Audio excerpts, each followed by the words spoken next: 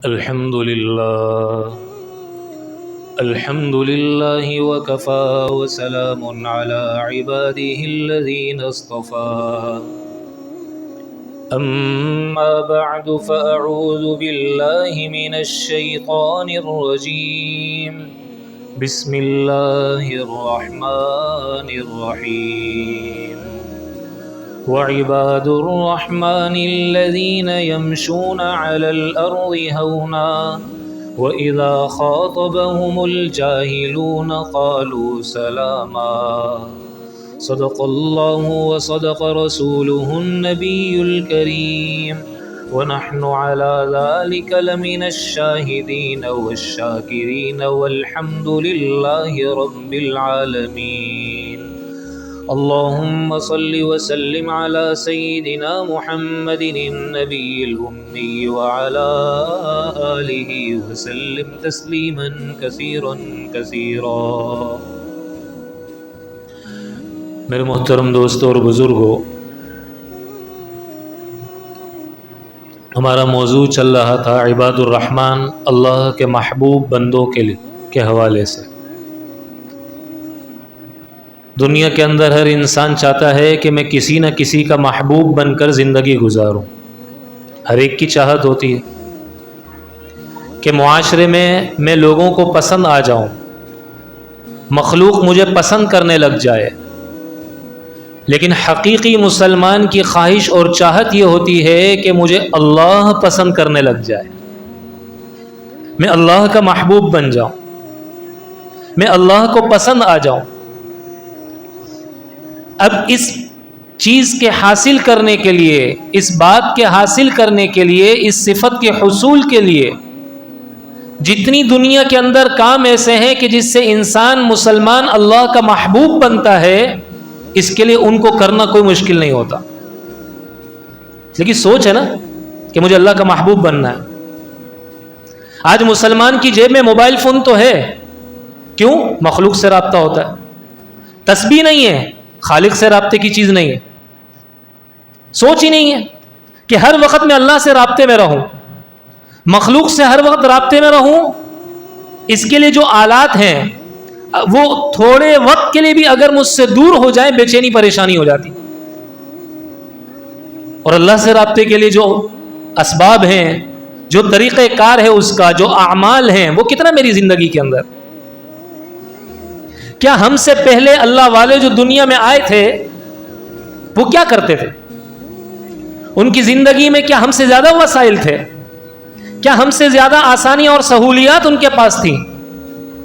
لیکن معاملہ یہ تھا میرے عزیزو کہ وہ جب عشاء کی نماز کے بعد اگر نفل نماز شروع کرتے تھے تو پہلی رکعت کے ایک سجدے میں ساری رات ان کے لیے گزارنا آسان ہو جاتا تھا۔ کیوں؟ اس لیے کہ کنیکشن ہے نا اوپر مضبوط، جس سے محبت ہوتی ہے اس سے باتیں کرنے میں بھی مزہ آتا ہے، اس کا نام لینے میں بھی مزہ آتا ہے، اس سے تعلق مزید بڑھ جائے اس میں بھی مزہ آتا ہے، اس سے قربت مزید بڑھ جائے اس میں بھی مزہ آتا ہے۔ آج اللہ سے محبت نہیں ہے تو وہ رستہ جو اللہ کی طرف جاتا ہے اس کو اپنانے کا احساس بھی زندگی میں نہیں۔ وہ رستہ جو اللہ سے تعلق بنا دے، وہ اعمال جو اللہ کے قریب کر دیں، ان کو معلوم کرنا، ان کا اہتمام، یہ بھی میری زندگی میں نہیں۔ پوری زندگی کی مکمل ترتیب بنی ہوئی ہے، صبح سے لے کر رات تک میں نے یہ کام کرنا ہے، لیکن وہ اعمال کہ جن سے میں اللہ کا مقرب بن جاؤں، اللہ کا قرب مجھے مل جائے، اس کو سیکھنے کا کوئی وقت ہی نہیں میرے پاس 24 گھنٹوں میں۔ احساس جو نہیں ہے نا، احساس جو نہیں ہے۔ تو میرے دوستو، ان اعمال میں سے ایک عمل یہ ہے کہ انسان اگر اللہ کا محبوب بننا چاہتا ہے تو جناب رسول اللہ صلی اللہ علیہ وسلم کی زندگی اپنی زندگی میں اپنائے، کیونکہ اللہ قرآن کریم میں ارشاد فرماتا ہے قُلْ إِن كُنتُمْ تُحِبُّونَ اللَّهَ فَاتَّبِعُونِي يُحْبِبْكُمُ اللَّهُ وَيَغْفِرْ لَكُمْ ذُنُوبَكُمْ۔ تم اگر اس بات کا دعویٰ کرتے ہو کہ تمہیں اللہ سے محبت ہے تو تمہیں میرے نبی کی اطاعت کرنی پڑے گی، یہ میرے نبی کی اطاعت وہ رستہ اور وہ دروازہ ہے جو تمہیں مجھ تک پہنچا دے گا. میرے نبی کی اطاعت کے بغیر تم یہ سمجھو کہ تم میرا قرب حاصل کر لو گے, تم میں جی محبت حاصل کر لو گے, تو یہ صرف اور صرف ایک دھوکہ ہے, اس کے علاوہ کچھ نہیں. یہ تمہارے ذہنوں میں ایک دھوکہ ہے. چنانچہ صحابہ اکرام رضوان اللہ تعالی علیہم اجمعین نے اسے اپنی زندگی میں اس انداز سے اپنایا کہ حضرت خریم اسدی رضی اللہ تعالیٰ عنہ اللہ کے نبی کے صحابی ہیں, آپ علیہ الصلوۃ والسلام کی مجلس میں تشریف لائے. ان کے بال بھی لمبے تھے, پانچے بھی نیچے تھے. تو اللہ کے نبی نے جب دیکھا تو فوراً فرمایا نعم الرجل خریم, خریم تو بڑا بہترین انسان ہے, بڑا بہترین مرد ہے. لولا طول جمته واسبال ازاره, کاش کہ اس کے بال اتنے لمبے نہ ہوتے اور اس کا پاجامہ اتنا لمبا نہ ہوتا, اس کا ازار اتنا لمبا نہ ہوتا. بس یہ سننا تھا کہ فوراً تشریف لے گئے اور اپنے بالوں کو اتنا کم کیا جتنا اللہ کے نبی چاہتے تھے. یہ نہیں سوچا خاندان میں رشتہ داریوں میں شادیاں ہیں, رشتہ داروں میں شادیاں ہیں, یہ نہیں سوچا کہ اتنی مشکل سے میں نے بال بڑے کیے ہیں, اور فوراً گھر تشریف لے گئے, چھری اٹھائی اور اپنے پانچوں کو نیچے سے کاٹ دیا, چیر کے رکھ دیا.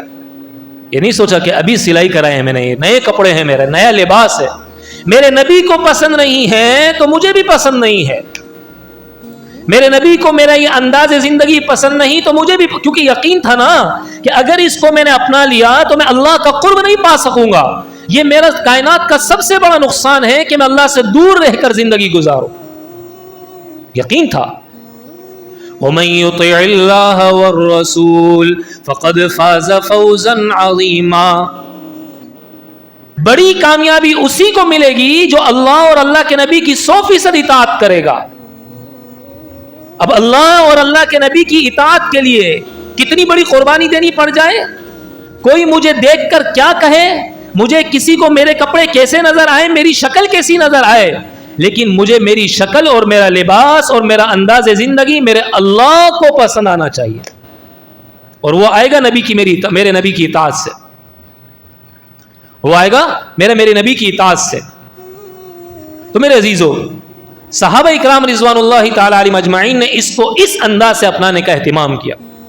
جو نبی کی پسند وہ میری پسند, جو نبی کو ناپسند وہ مجھے بھی ناپسند.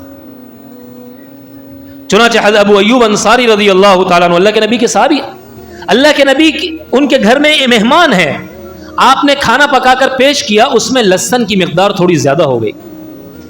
اللہ کے نبی نے کھانا نہیں کھایا, واپس روانہ کر دیا. پوچھا یا رسول اللہ کیا بات ہوئی, آپ نے کھانا استعمال نہیں کیا؟ آپ نے فرمایا ابو ایوب اس میں لہسن تھوڑا زیادہ ہو گیا تھا, اور چونکہ وہی مجھ پر آتی ہے تو لہسن کی بدبو منہ میں رہ جائے تو فرشتے کو یہ چیز پسند نہیں ہے, اس لیے میں ایسی چیز کا استعمال نہیں کرتا. فرمایا رسول اللہ حرام ہے؟ کہا حرام نہیں ہے. منع ہے؟ کہا منع نہیں ہے کھانا. نتیجہ یہ نکلا کہ حضرت ابو ایوب انصاری رضی اللہ تعالیٰ عنہ نے ساری زندگی لہسن کا پھر استعمال نہیں کیا. میرے نبی کو پسند نہیں, میرے محبوب کو پسند نہیں ہے. ایک اور صحابی کے بارے میں آتا ہے, انہوں نے سونے کی انگوٹھی پہنی ہوئی تھی, اللہ کے نبی نے نکالی اور پھینک دی. فرمایا کیا آگ کا انگارہ اپنی انگلی پہ چڑھا کے رکھا ہے؟ جب اللہ کے نبی تشریف لے گئے, دوسرے صحابی نے کہا آپ اسے اٹھا لیجئے, اپنی بیگم کو دے دیجئے گا, بیچ دیجئے گا, کسی اور کام میں, مردوں کے لیے حرام ہے نا. فرمایا اللہ کے نبی نے جس چیز کو پھینک دیا اب میں اسے نہیں اٹھا سکتا, اب میں اسے نہیں اٹھا سکتا. اطاعت تھی. انس بن مالک رضی اللہ تعالیٰ عنہ فرماتے ہیں کہ ہم ایک انصاری کے گھر پہ, ابو طلحہ کے گھر پر بیٹھے ہوئے تھے, اور شراب کا دورہ چل رہا تھا. اس وقت تک شراب حرام نہیں تھی. ہم بیٹھے ہوئے, شراب کا دور چل رہا ہے, اتنے میں آیت اتر گئی کہ شراب آج کے بعد اللہ نے حرام کر دی ہے. انما الخمر والمیسر والانصاب والازلام رجس من عمل الشیطان. ابو ایوب انصاری رضی اللہ تعالیٰ عنہ نے فرمایا, حضرت ابو طلحہ انصاری رضی اللہ تعالیٰ عنہ نے فرمایا ساری شراب کو اٹھا کر پھینک دو. صحابہ فرماتے ہیں کہ شراب مدینہ منورہ کی گلیوں میں ایسے بہ رہا تھا جیسے کہ جب بارش ہوتی ہے تو آپ کے ادھر سڑکوں پہ نالے کا پانی بہ رہا ہوتا ہے. کسی صحابی نے یہ نہیں سوچا, سائنس نہیں لے کر آیا اور اپنی لوجک کو استعمال نہیں کیا. ہمارے لیے حرام ہے نا, اب حرام ہوئی ہے نا, ہم نے تو پہلے سے خرید کے رکھی ہوئی ہے, ہم اسے کسی یہودی کو بیچ دیتے ہیں, کسی انصاری کو, کسی عیسائی کو بیچ دیتے ہیں, یہود و نصارہ میں سے کسی کو فروخت کر دیتے ہیں. نہیں, جب ایک چیز ہمارے لیے حرام ہو گئی تو اس کی کمائی بھی اب ہمارے لیے حرام ہے. کتنا بڑا میرا نقصان ہوتا ہے, میں یہ نقصان برداشت کر سکتا ہوں, لیکن اللہ نہ کرے میرا کوئی قدم کا اٹھانا ایسا ہو جائے جو اللہ سے تعلق اور اللہ سے قرب کے سے دوری کا ذریعہ اور سبب بن جائے, یہ والا نقصان میں برداشت نہیں کر سکتا. یہ نقصان مجھ سے نہیں برداشت ہونے والا. اپنی زندگی میں بھی غور کریں میرے دوستو. دوسری طرف میرا کیا حال ہے, میری زندگی میں کتنی اطاعت ہے. حذیفہ رضی اللہ تعالیٰ عنہ ایک جگہ تشریف لے گئے, کسی نے چاندی کے برتن میں پانی اور کھانا پیش کیا, آپ نے بہت ناراضگی کا اظہار کیا اور واپس کر دیا. فرمانے لگے کیا تمہیں پتہ نہیں ہے, اللہ کے نبی نے فرمایا کہ مردوں کے لیے چاندی اور سونے کے برتن حرام ہے, تم مجھ سے حرام مجھے حرام کام کا ارتکاب کرواتے ہو اور اس میں مجھے کھانا پیش کرتے ہو. میرے دوستو, حضرات صحابہ اکرام رضوان اللہ تعالی علیہم اجمعین نے اس انداز سے زندگی کو گزارا اور وقت کو گزارا کہ نبی کی اطاعت رات میں کیا ہے, دن میں کیا ہے, خلوت میں کیا ہے, جلوت میں کیا ہے, اجتماعی کیا ہے, انفرادی کیا ہے, کھانا کیسے کھاتے تھے, سوتے کیسے تھے, چلتے کیسے تھے, اٹھتے کیسے تھے, رشتہ داروں کے ساتھ, بازار میں, چھوٹوں کے ساتھ, بڑوں کے ساتھ, سرداروں کے ساتھ, کمزوروں کے ساتھ میرے نبی کا رویہ کیا تھا. اس کو معلوم کرتے نئے مسلمان ہوتے, پرانوں کے پیچھے لگ جاتے, بتاؤ تو صحیح میرے نبی کیسے تھے. تابعین صحابہ کے پیچھے پڑ جاتے, بتاؤ تو صحیح اللہ کے نبی کے اس وقت کا کیا عمل تھا, کیا معمول تھا, کیا معمول تھا, تاکہ میں اسے اپناؤں. یقین تھا نا اس میں میرے لیے کامیابی ہے. تو میرے عزیزو, ہمیں بھی نیت کرنے کی ضرورت, اس بات کا اہتمام اپنی زندگی میں پیدا کرنے کی ضرورت ہے. ام حبیبہ رضی اللہ تعالیٰ عنہ اللہ کے نبی کی زوجہ مطہرہ ہے. آپ کے بھائی کا انتقال ہوا یزید کا, 3 دن سوگ منایا, 3 دن کے بعد فرمایا کپڑے میرے لیے لے کر آؤ. نیا سوٹ لایا گیا, خوشبو منگائی, عطر لگائی, فرمایا مجھے اس کی ضرورت نہیں تھی, لیکن اللہ کے نبی کا ارشاد ہے کہ سوگ 3 دن تک شوہر کے انتقال کے علاوہ مردوں اور عورتوں کے لیے جائز ہے. اب میں وہ حالت اختیار کرنا چاہتی تھی کہ جس سے نظر آئے کہ میں نے سوگ کو ختم کر دیا ہے. آپ کے بھائی کا انتقال ہوا, آپ خوشبو لگا رہی, فوراً یہ جواب دیا. ام عطیہ رضی اللہ تعالیٰ عنہ بیٹے کا انتقال ہوا, اسی انداز کا عمل کیا اور پیغام دیا صحابہ کے مردوں نے بھی, صحابہ کی عورتوں نے بھی, کہ ہم نے محمد الرسول اللہ صلی اللہ علیہ وسلم کی سنت کے آگے کائنات کی کسی چیز کی سودے بازی نہیں کر. آج میرے عزیزو, ہم یہ کہہ کر, سنت ہی تو ہے نا اللہ کے نبی کی سنت کو, جس میں دنیا آخرت کی کامیابی ہمارے لیے رکھی گئی ہیں, چھوڑ دیتے ہیں اور اس کو معمولی ظاہر کرنے کی کوشش کرتے ہیں. سنت ہی تو ہے میاں, حقیقت میں واقعی یہ سنت ہے اور تو ذلیل اس قابل نہیں ہے کہ تو اس سنت پر عمل کرے اور اللہ تیرا انتخاب کرے. تیرا چہرہ اس قابل نہیں ہے کہ نبی کے چہرے جیسا اللہ اس کو بنائے. تیرا لباس اس قابل نہیں کہ تو نبی کے لباس جیسا لباس پہنے. تو اس قابل نہیں ہے کہ نبی کے جیسا بننے کی کوشش کرے. تیری زندگی اس قابل نہیں ہے کہ نبی کی زندگی کے اندر رنگ جائے. تیرا وجود اس قابل نہیں ہے کہ اللہ تجھے, تیرے لیے صحابہ کو آئیڈیل بنائے تاکہ تو اللہ کے نبی کی زندگی کو اپنی زندگی میں اپنانے کی کوشش کر. سنت ہی تو ہے. یہودیوں جیسا, نصارہ جیسا چہرہ بنایا اور خوش ہو رہے, ان کے جیسا لباس بنایا, اپنے آپ کو خوبصورت سمجھ رہا ہے. یہ نہیں سوچتا کہ میری محرومی ہے اس کے اندر, یہ ذلیل ہیں, ان ذلیلوں کا راستہ میں اپنا کر خود اپنے آپ کو ذلیل کر رہا ہوں. محمد الرسول اللہ صلی اللہ علیہ وسلم عزت والے ہیں, ان کو چھوڑ کر میں نے اپنے آپ کو ذلیل کر دیا. اور محمد الرسول اللہ صلی اللہ علیہ وسلم عزت والے ہیں, جنہوں نے ان کا راستہ اپنایا وہ بھی عزت والے بن جائیں گے, وہ بھی کائنات کے ہیرو بن جائیں گے. وہ باقی سارے زیرو ہیں, باقی سارے زیرو. تو میرے عزیزو, ہم نیت کریں ہر وقت, ہر لمحہ میرے دل و دماغ کے اندر یہ بات سوار رہے کہ میں نے اپنے نبی کی اطاعت اس انداز سے کرنی ہے، اور جتنی بڑی اس کے لیے قربانی دینی پڑے، اللہ کے قرب اور اللہ سے تعلق اور اللہ کی محبت سے زیادہ اس قربانی کی کوئی حیثیت نہیں ہے، کوئی وقات نہیں۔ اور دوسرا وہ شخص جو اللہ کو محبوب ہے وہ صابرین میں ہے، یحب الصابرین، جو صبر کرنے والے ہیں، ہر آزمائش ہر تکلیف پر صبر کرنے والے۔ ایک ہے نا اللہ کی طرف سے آزمائش آئی آپ نے صبر کر لیا، ایک ہے اللہ کی طرف سے تکلیف پریشانی آزمائش آئی آپ اس کے فیصلے پہ راضی ہو گئے، اس فیصلے پہ راضی ہو گئے۔ کسی نے پوچھا نا میرا اللہ مجھ سے راضی ہے کہ نہیں، مجھے کیسے پتہ چلے گا؟ بزرگ نے جواب دیا بڑا آسان ہے، آپ کو اگر یہ پتہ کرنا ہو کہ میرا اللہ مجھ سے راضی ہے کہ نہیں ہے، بڑا آسان ہے۔ وہ کیا، کیسے پتہ چلے گا؟ بھائی تم اللہ کے فیصلوں پہ کتنا راضی ہو، تم جتنا اللہ کے فیصلے پہ راضی ہو تو نہیں آسمان پہ بھی تمہارے سے رضا ہے، تمہارے لیے آسمان والے بھی تم سے راضی ہیں۔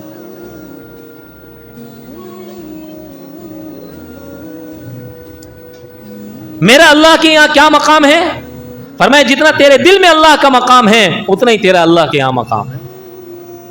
جتنی میرے دل میں اللہ کے احکامات کا احترام، ان کی عظمت، ان کی قدر ہوگی، اتنا میں آسمان پہ میری قدر و منزلت ہوگی، اتنی آسمان پہ میری قدر و منزلت ہوگی۔ جیسی بھی تکلیف آئے، جیسی بھی آزمائش آئے، انسان صبر ہی نہیں بلکہ اس فیصلے پر بھی اللہ کے راضی رہے۔ چنانچہ حضرت عمران بن حسین رضی اللہ تعالیٰ عنہ اللہ کے نبی کے صحابی ہیں، 30 سال تک اس انداز سے آزمائش میں رہے کہ بالکل چت لیٹے رہے، سیدھا کروٹ بھی نہیں بدل سکتے تھے 30 سال۔ ایک مرتبہ آپ کا ایک شاگرد آپ کے پاس آیا کہ آنکھوں میں آنسو آ گئے، رونے لگا، آنکھیں آنسو سے بھر گئی۔ فرمایا کیوں روتے ہو؟ کہ حضرت اتنی تکلیف میں آپ ہیں، اتنی آزمائش میں ہیں آپ، اتنی پریشانی میں ہیں۔ فرمایا ایک بات بتاتا ہوں لیکن میری زندگی میں تم نے کسی سے نہیں بتانی۔ کہ کیا بات ہے؟ آپ نے فرمایا یقین جانو مجھے اس تکلیف میں جتنی راحت ہے، جتنا مزہ ہے، کائنات میں اللہ نے اتنی راحت، اتنا مزہ کسی چیز میں نہیں رکھا ہے۔ وجہ کیا ہے؟ فرمایا میں اس حال میں بیٹھا ہوں، تمہیں نہیں نظر آ رہا، فرشتے آ رہے ہیں مجھ سے مصافحہ کر رہے ہیں، اور جب میں قرآن کی تلاوت کرتا ہوں، جب میں اللہ کا ذکر کرتا ہوں، جب میں نفلی نمازیں پڑھتا ہوں، اس بیماری کی حالت میں اللہ کو یاد کرتا ہوں، اللہ کی قسم مجھے میری تکلیف کا ذرہ برابر بھی احساس نہیں ہوتا۔ اور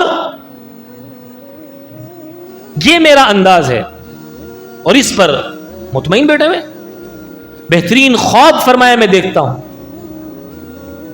تو میرے دوستو ہمیں صبر کا اہتمام اپنی زندگی میں اس لیے کرنا ہے کہ میرے اللہ سے یہ چیز مجھے ملا دے گی۔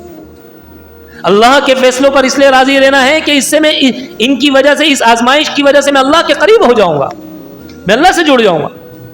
ہاں اللہ سے عافیت ضرور مانگنی ہے، اللہ سے آزمائشوں سے حفاظت ضرور مانگنی ہے، لیکن آ جائے تو اس پر پھر راضی رہنا ہے، اس پر پھر راضی رہنا۔ سعد بن ابی وقاص رضی اللہ تعالیٰ عنہ اللہ کے نبی کے وہ صحابی ہیں، اللہ نے وہ مقام عطا فرمایا تھا کہ آپ ہاتھ اٹھاتے تھے، ادھر ہاتھ پھیرتے نہیں تھے منہ پہ، اللہ اس سے پہلے ان کی دعا کو قبول کر لیتے۔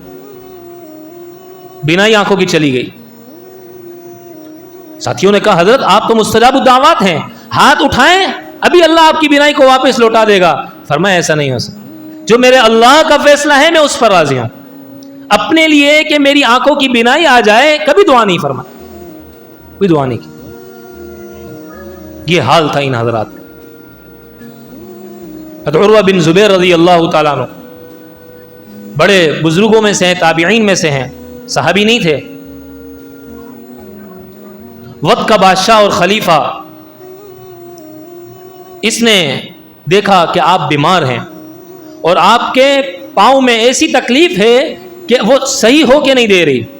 چنانچہ آپ نے انہیں اپنے پاس بلایا اور بلانے کے بعد فرمایا کہ میں تمہارا علاج کرتا ہوں۔ بٹھایا آپ کو، طبیبوں کو بلایا، طبیب نے کہا کہ آپ کو بے ہوش کرنا پڑے گا، آپ کو بے ہوش کرنا پڑے گا۔ انہوں نے فرمایا مجھے بے ہوش نہیں ہونا، مجھے بے ہوش نہیں کرو، تم ویسے ہی میری ٹانگ کوک کا آپریشن کر دو۔ انہوں نے کہا اس کو کاٹنا پڑے گا، کہ ویسے ہی کاٹ دو۔ ولید بن یزید اس کی حکومت تھی. اس نے کہا حضرت تکلیف ہوگی. فرمایا میں ذکر کرتا رہوں گا, تم اپنا کام کرتے رہو. تم نے بے ہوش کیا تو اتنا وقت میرا اللہ سے غفلت میں گزرے گا جو مجھے برداشت اور گوارا نہیں ہے. اور اس حال میں میری موت آ گئی تو میرا کیا بنے گا؟ اس حال میں میری موت آ گئی تو میرا کیا بنے گا؟ اور ہمارا کیا حال ہے میرے عزیزوں؟ تیز رفتار سواری پہ جا رہے ہیں, جہاز میں بیٹھے ہوئے ہیں, اور کان کے اندر ہینڈ فری لگا ہوا ہے, اور اس میں آگے اسکرین پر چلنے والے تماشے اور ان پر اللہ کی نافرمانیاں آنے والی آوازیں وہ میرے کانوں میں چل رہی ہیں. اور اسی حال میں ایکسیڈنٹ ہوتا ہے اور پلک جھپکنے کے برابر پتہ نہیں چلتا, اتنا وقت بھی نہیں گزرتا کہ اس جہاں سے دوسرے جہاں میں چلے جاتا ہے, اور ساری زندگی کے لیے اللہ کے نافرمانوں میں اور اللہ سے باغیوں میں اس کا شمار ہو جاتا ہے. ایسا ہے کہ نہیں میری زندگی؟ کتنا افسوس کا صحابی, یہ بزرگ اتنا بھی گوارا نہیں ہے کہ اتنا وقت گزرے کہ میں غفلت میں رہوں, اتنا بھی گوارا نہیں, یہ بھی نہیں گوارا نہیں. اللہ نے آپ کو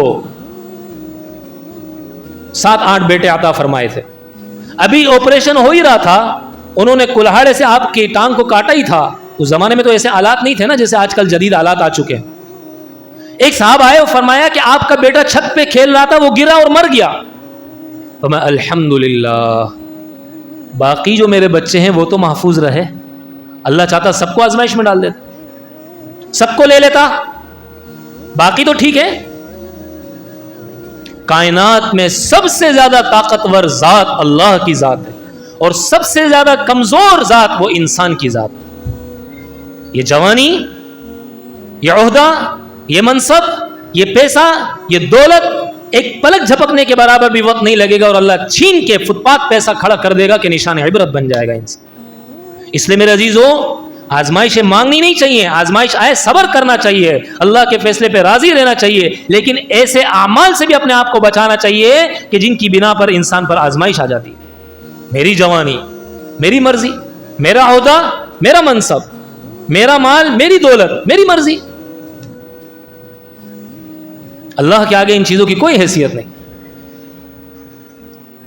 تو میرے دوستو, ان صفات کو اپنے اندر پیدا کرنے کی کوشش کرنے کی ضرورت ہے.